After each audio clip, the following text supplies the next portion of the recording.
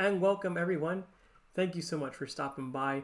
If you're new to the channel and you like chess content like this, please remember to hit that like and subscribe button. Let's go. Okay, so today we're going to be looking at another Rook endgame, and this one is really interesting because depending on whose move it is will determine the result of the game.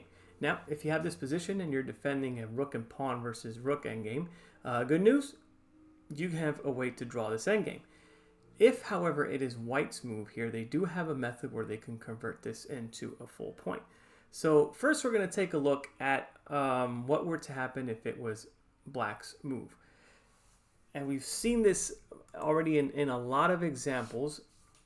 The drawing move is going to be Rook to A1, moving to the long side of the pawn so we can deliver checks from the side of the board. All right, so White has a couple of attempts here.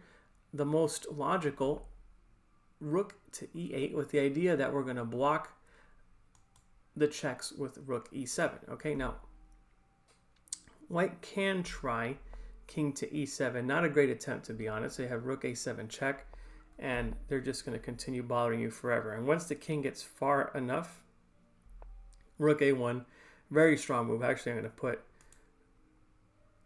an annotation here. Very strong move, Rook A1. What the idea is, if the king tries to get closer this way, we're just going to move behind the pawn. And if the king tries to get closer the other way, we're going to continue delivering checks from the side. The whole idea is that the rook stays far enough from the king so that the king can never harass the rook, and we're always in time to get to the pawn. Of course, if there's no king move here that's made and White simply decides to go for F7, then we have King G7 drawing the game on the spot. So yeah, in this position, King E7, not really a great attempt. Rook E8 is definitely the one that poses the most problems for Black. But even then, the draw is relatively simple here. After Rook to A7 check, White covers with Rook to E7, and now Rook A8. Very important move. So the idea of this move, obviously, is that we're not going to allow the White king to move up to the 8th rank so that it could get out of the way of the pawn so it could start pushing the pawn, right? So the king is kind of stuck here. Of course, if you were to go Rook E8 to try to create a bridge and block the rook, we'd simply have Rook A7 check, and we're going to have a back and forth here, repetition pretty soon. Another interesting attempt here for White, King E6 being the main move, but White has Rook B7, and this could be a little bit tricky. There's a strong move here for Black that draws the game on the spot. It's King to H6, with the idea that once the White king moves over to King E7, we're going to bring our king with King to G6 and F7, King G7. And the problem here for White is that they can't make any further progress, right? Obviously, the king cannot move up to the 8th rank. Once the rook abandons the 7th rank, we have check. And if the king decides to drop down, we have Rook A6 check. So basically, we've reached a position where White can make no more progress. So for that reason, instead of Rook B7, King E6 is a more serious attempt here. Still a draw, though. And we've seen this idea multiple times that as soon as the king steps away and allows our king to step in, we have King G6. Now this King E6 is also a sneaky move because it delivers check at the same time, so it kind of forces us to bring the king a little bit closer, right? And so here, White has a couple of attempts that they could try. The main one being Rook G7 check. Now if Rook G7 check, obviously we have to step away.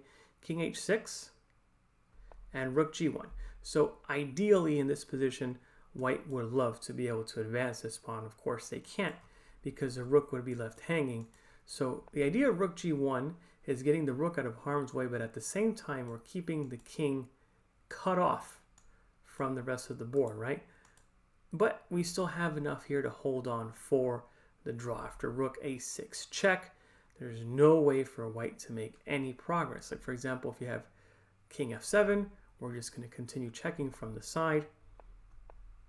And the moment that you step just far away enough, we have Rook to F7 securing the draw. This pawn is going to drop, and we're going to have Rook versus Rook endgame which is just a draw.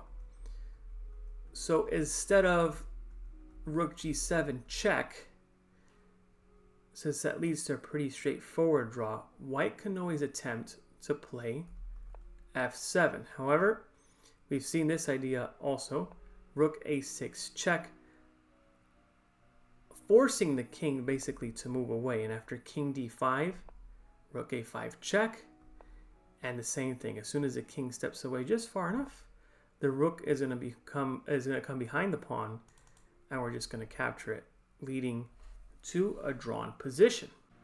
However, in this position, if it's white to move, they do have a way of converting the full point. The first winning move is going to be rook to e8. Now, we've seen this idea several times. We're just trying to make way for our pieces, or for our pawn, so that it eventually ends up queening on the 8th rank. So after rook e8, black has several attempts, right? The first one being rook f2, trying to be a little bit stubborn, maintaining the pressure on the f6 pawn and making it more difficult for white to advance the king. So white then goes with rook to e6, supporting the pawn from the side. And if you just stay there, rook f1, you have king f8, king to g6, bringing the king closer. We've seen this many times, right? As soon as the white king steps away, or the attacking side steps away, the defending side brings their king closer. However, here we're down a tempo, so it doesn't work because of a very sneaky move, which is f7 check. King comes to h7, king moves over to e8, and now same thing, king moves over, so the defensive method, king g7, again does not work because we're behind the tempo. And here, very sneaky move, rook to e7, defending the pawn, but also threatening check, and basically the game. So this position is completely winning for white. So instead of rook f2, you could always attempt to go with the idea that we saw in this same example, but with black to move, which is rook to a1. Unfortunately, we're going to be saying the same problem over and over and over again. Black is just behind the tempo in this position. So after rook a1, white goes with king to f8, and black brings the king closer with king g6. Now, obviously, you can't go rook to a7 because white has a strong reply. Rook e7 check, hitting both the king and the rook, forcing an exchange, and we're going to be queening on the next move. So for that reason, after king g6, white replies with f7. And once again, if you were to go with the same idea as in the last example, going rook a7, you're simply too late because white has a very strong reply here with rook e6 check, forcing the king away. And now we have rook to b6. And basically all that's left is to get the king out of the way. Rook a7, kind of a sneaky move, pinning the pawn to the king, but we simply have king g8. And after check, we're just going to queen, and it's pretty much game over. So for that reason, in this position, black attempts to go king to f6, bringing the king even a little bit closer, but also taking away rook e6 check from the white pieces. So in the hopes of that we'll be able to play rook a7 next turn. However, white has a very strong reply with rook c8, basically just moving the rook away from the king to threaten the deadly rook to c6 check. Now black has several attempts here. They all fail. Let's take a look at them briefly. So if you go rook a6 to try to defend against this idea of rook c6 check, very simply just king to g8, and we're going to be queening on the next move.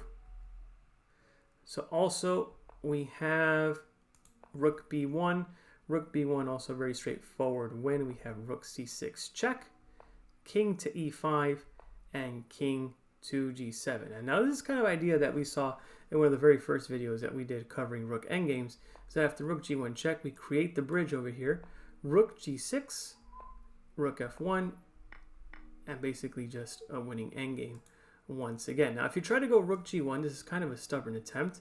Kind of pinning the king on f8, right? Not really allowing it to move to the side or anything, but you still have rook c6 check, king e5, and now king e7. So really there's no good way to defend against this rook c6 check. The last move that black can attempt is just staying there, passive defense with rook a2, but we're going to say the same maneuver once more, rook c6 check, king e5, and we have the bridge that wins us the game. And as always, if you have any questions or comments, please let me know in the comments section below. Thank you so much for watching.